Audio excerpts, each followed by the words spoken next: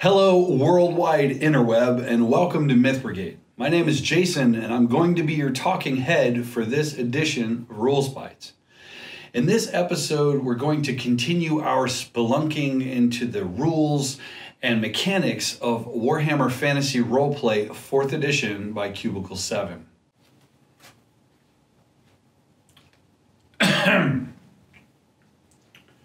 Before we begin, I want to give a word of recognition to our friend Jan Van Drassic, who pointed out an error in our script for the advancement episode.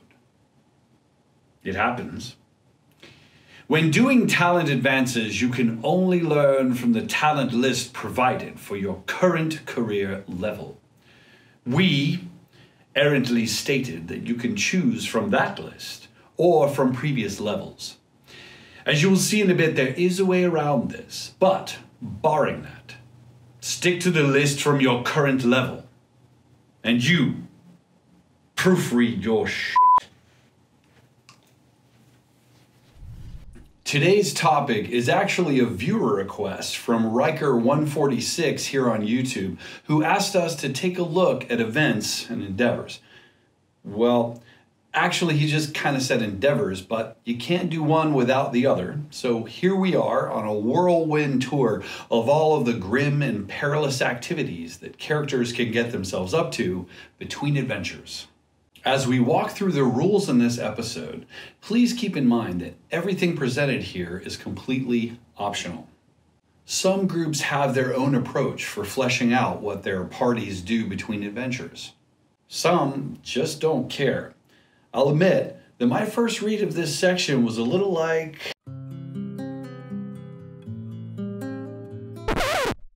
But I actually find this framework to be a great way of developing the story behind a campaign and in filling in the gaps with details that would otherwise fall right through the cracks.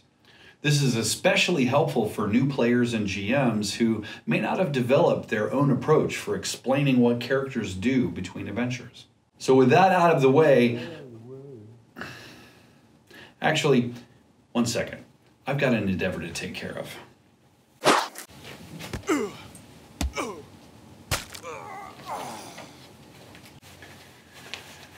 Okay,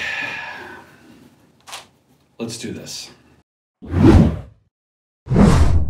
First off, let's talk about events. Before committing to any endeavors, each player should make a roll on the events table. The result of this roll will give you a key event that will occur during your character's downtime. These range widely from weather indications and barroom brawls to family events and NPC encounters that could be threads for further adventures. Some events affect only the character, and others actually involve the entire party, willing or not. A couple of tips here. First, mind the possibility of duplicate event rolls. I'm not saying to disallow dupes. Some repeated events, like maybe a death in the family, might actually add dimension to a character's situation and give the player hooks for further roleplay. Some results, though, become a little redundant if they pop up more than once in a short span of time. So GMs, use your best judgment when doling out results from the event roll. You might even consider customizing the table by adding further events. Follow the general spirit of what's there, but layer in some things that are more relevant to your campaign or maybe your style of play. Whatever you do, don't skip events between adventures. It will really be a big help in bringing flavor to your campaign and allowing your players to experience the old world for what it is. On to endeavors. 4th edition provides a framework for determining what your character can do with the downtime that he or she has between adventures. For each week of free time, you may take on a single endeavor, up to a maximum of 3 for a given break, no matter how long that break is. The rest of your time is assumed to be spent, being you.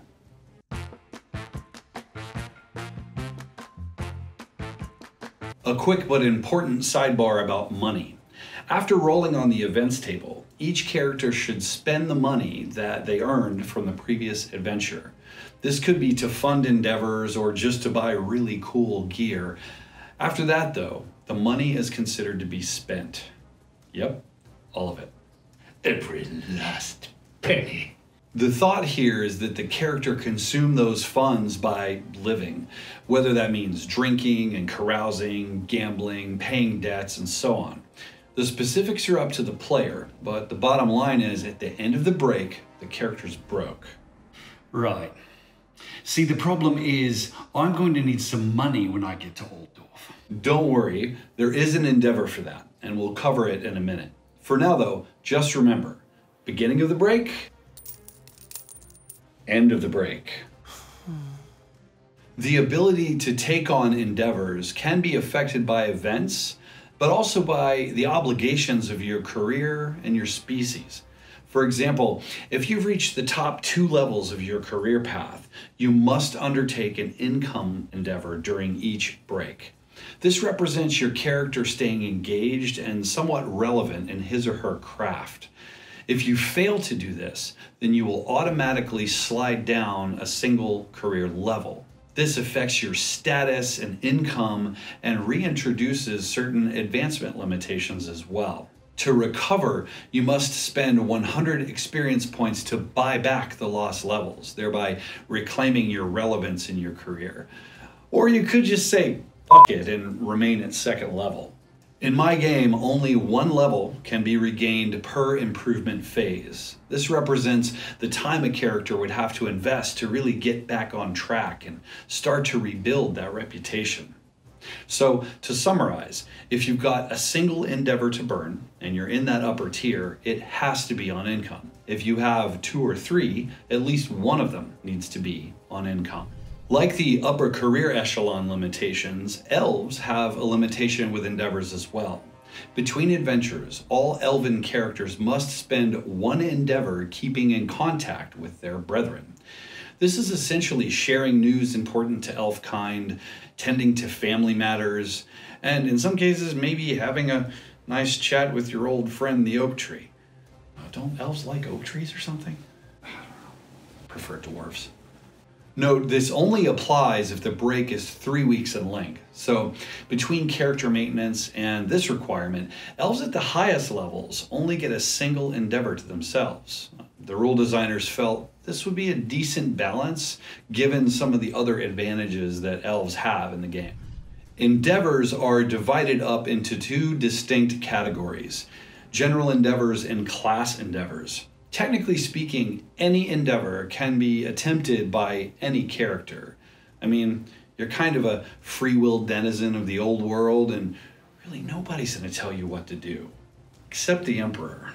Maybe the Baron, the local lord, Sergeant of the Guard. Okay, the point is, you can try anything.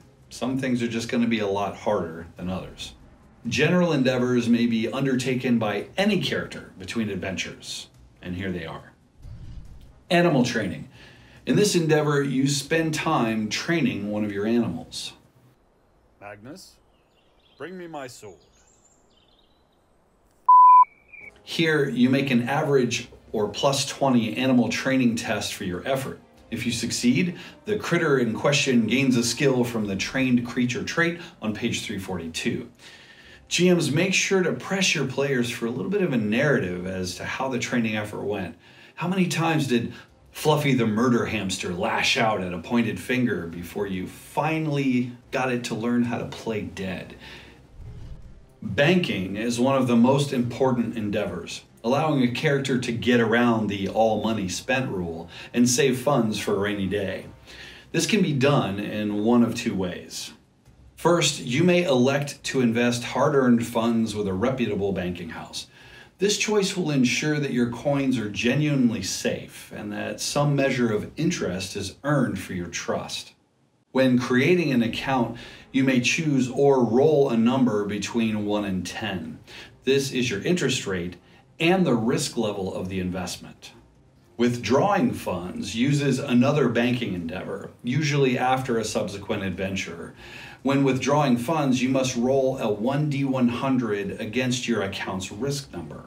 If the result is greater than the risk number, your funds are available and you've earned the appropriate amount of interest. If the number is equal to or lower than the risk number, the fund has gone bankrupt. and all of your money has been lost. You may also choose to stash your loot someplace where you feel it will be safe.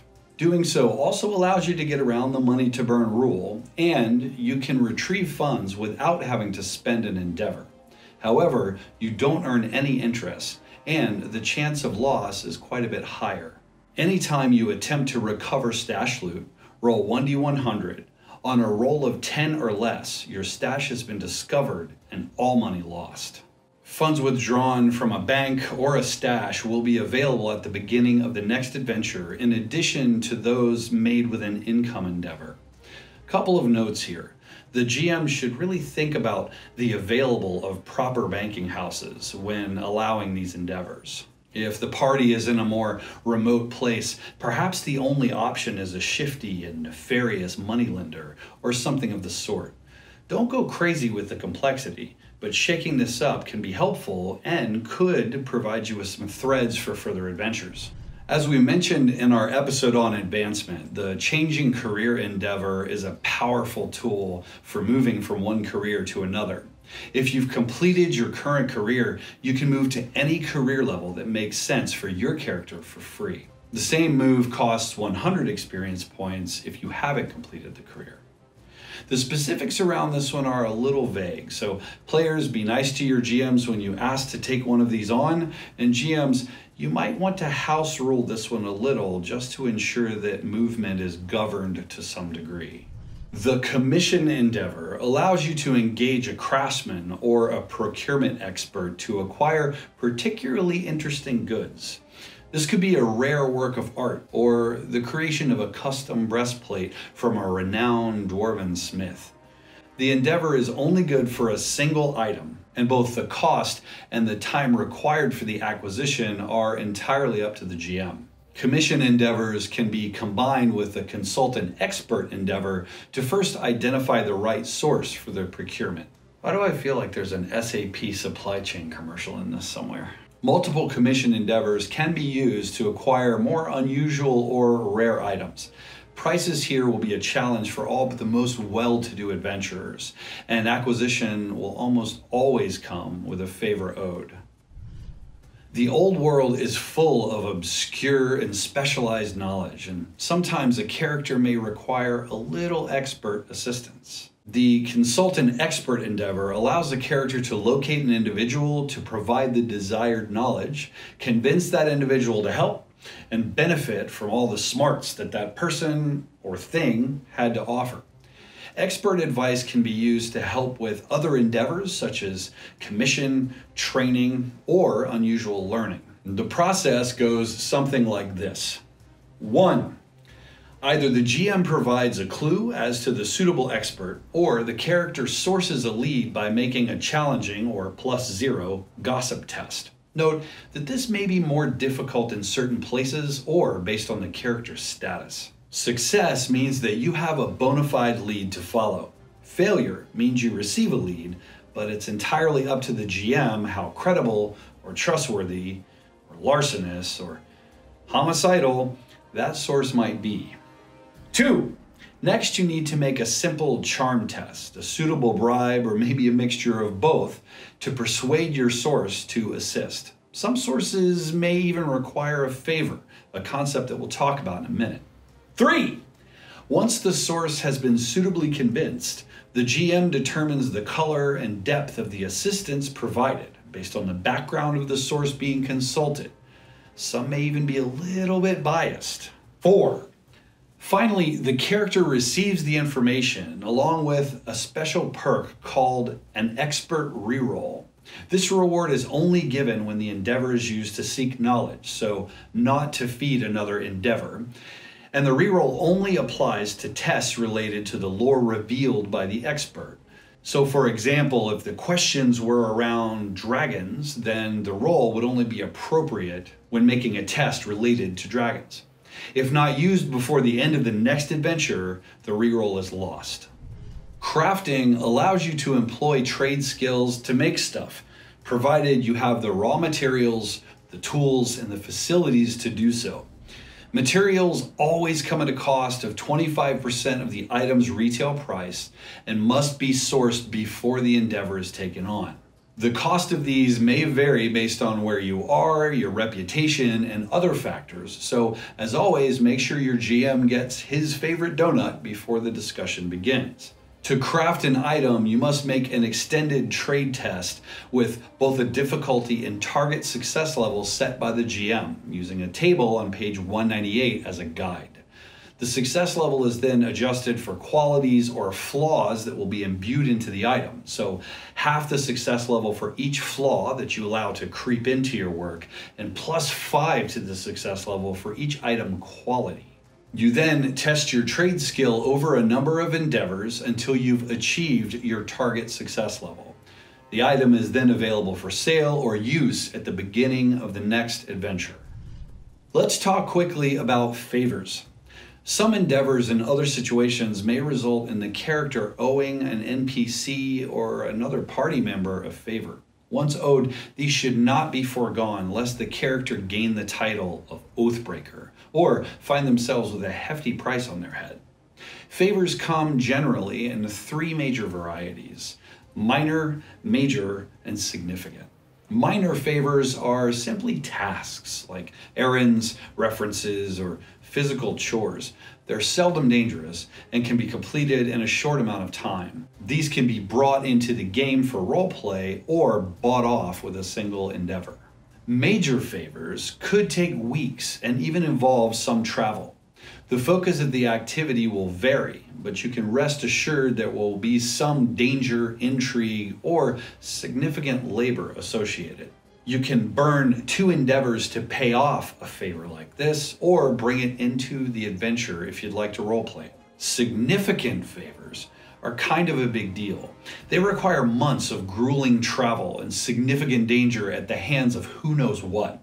Maybe you've got to retrieve the head of a bandit lord or go burn down an entire greenskin encampment.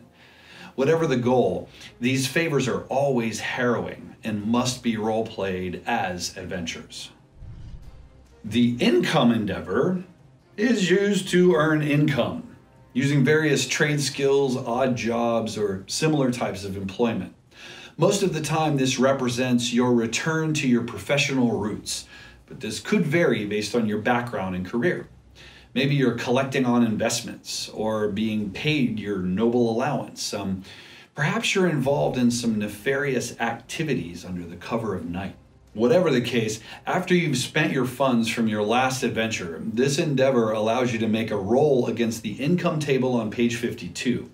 The result for your class will then be available to you as you begin the next adventure, in addition to any funds withdrawn through banking. And keep in mind that some events may modify your income endeavor. Also, undertaking income between adventures serves to automatically maintain your status if you've reached 3rd or 4th level in your career. Want to invent crossbow boots? Invent! How about a hamster cannon? Invent! Cheese hammer? Invent! You can do it all with the invent endeavor. Trappings are invented in 2 steps. First, you must plan your creation and make a blueprint by making a trade engineer test. The difficulty for this test is set by the GM based on how complex or how outlandish your invention may be. Each success level on your engineering test reflects increasing levels of accuracy and thoroughness in your planning. This actually benefits attempts by you or others to actually build the invention by +1 success level. Building an invention requires a crafting or commission endeavor. If crafting, you must also have the necessary skills. So for our cheese hammer, one might need the craft cooking and craft blacksmith skills to get the full product. All crafting tests against inventions are very hard, or -30, and are handled as normal tests. The materials required to craft inventions are always twice the list price, and their availability is equal to the most scarce of the individual components. If you want to skip the toil and trouble, you can always use a commission endeavor for an invention. However, because of the specialized nature of something like our cheese hammer, You will probably need to consult an expert in order to find the right craftsperson for the job. Then the commission is handled as per usual, but at that's right, 6 times the list price. This ain't Walmart. GMs, the specifics are up to you here, but make sure that you let your imagination run wild. Leave the character with a story to tell along with his or her shiny cheddar mallet. What was it like to deal with the craftsperson? Were they eccentric? Were they reckless? That hammer needs a legacy. The training endeavor allows you to train in a skill or characteristic outside of your career as if it were a career skill or characteristic.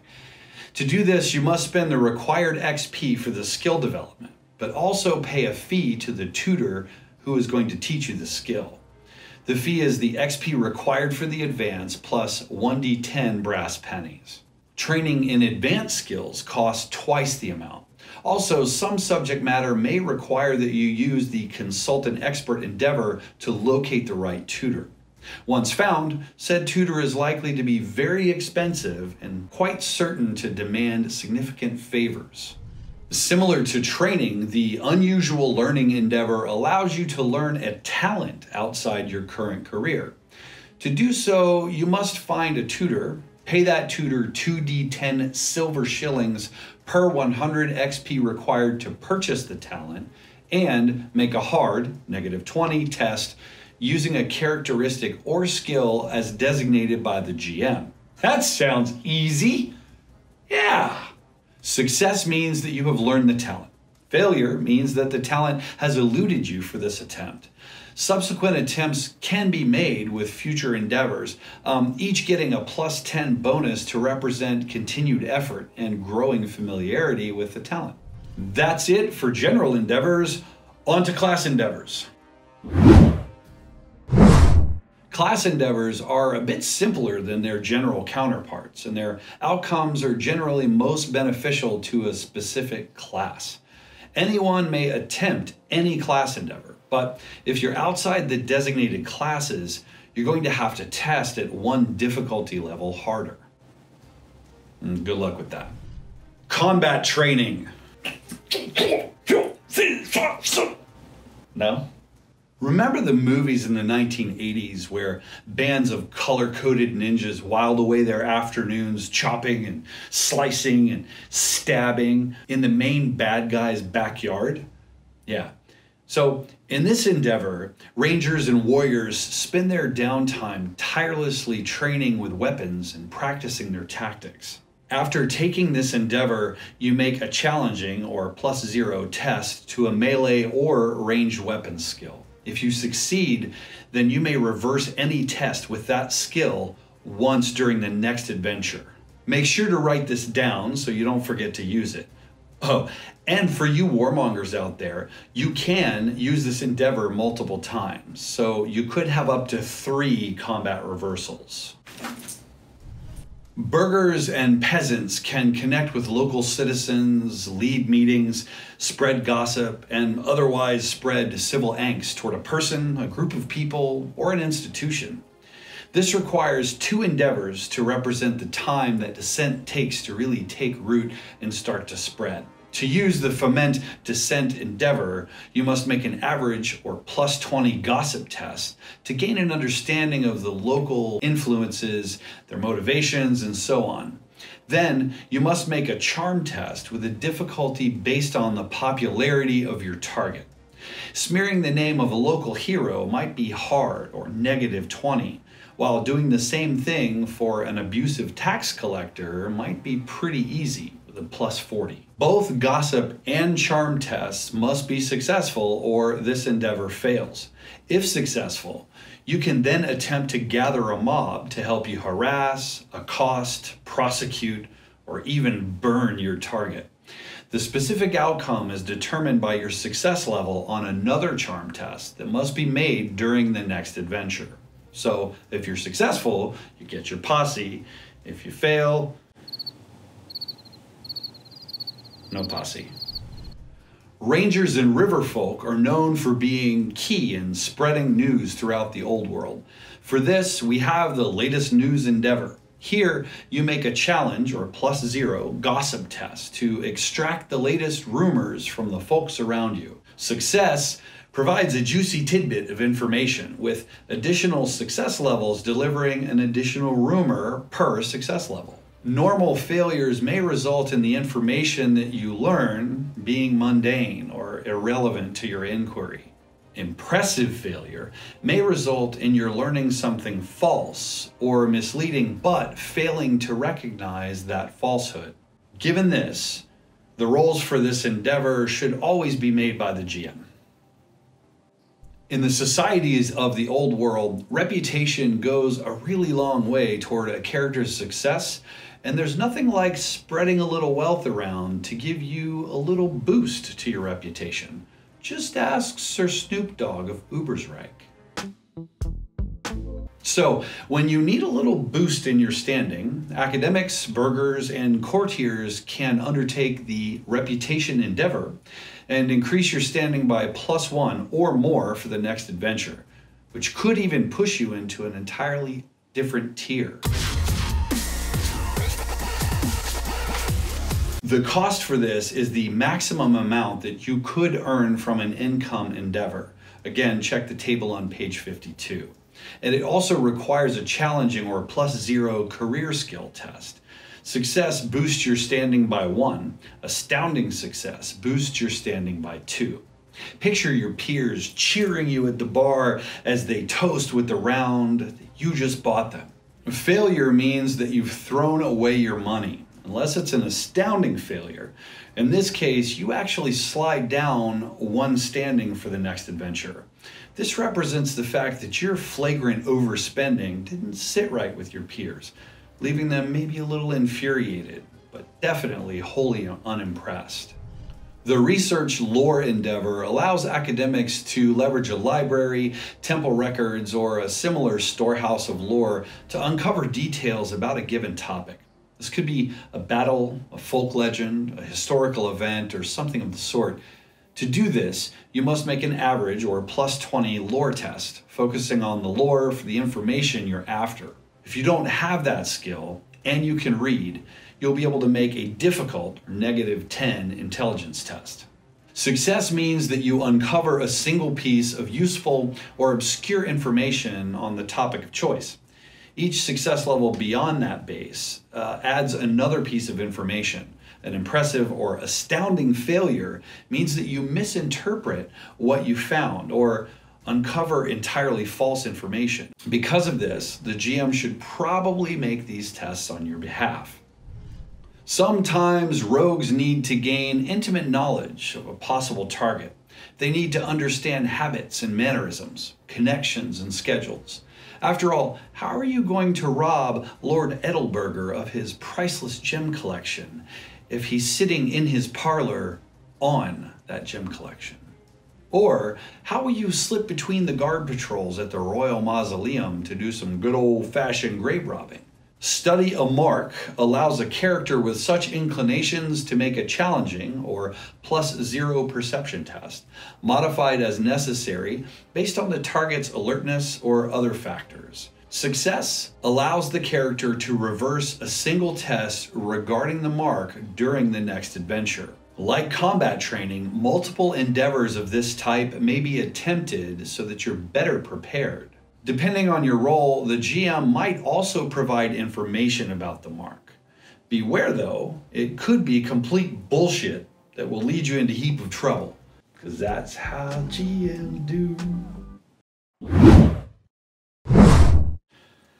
Wow, talk about hobbies. Now that you all know about events and endeavors, it's time for some feedback. How do you like to spend your downtime between adventures? GMs, do you have any tips or tactics or house rules for managing endeavors and events? Do you use this framework or another framework, or do you just play it by ear? What would the damage on our cheddar mallet be? Let us know in the comments below. As always, thank you so much for checking out the channel and watching our videos. We would love for you to take advantage of your index finger to poke the living crap out of that like button and subscribe to the channel for more rules bites, table tips, and campaign sessions of our favorite tabletop role-playing games. We will be back next week with more tabletop goodness, but until then, go ahead and get some work in on your design for that hamster cannon. See you later.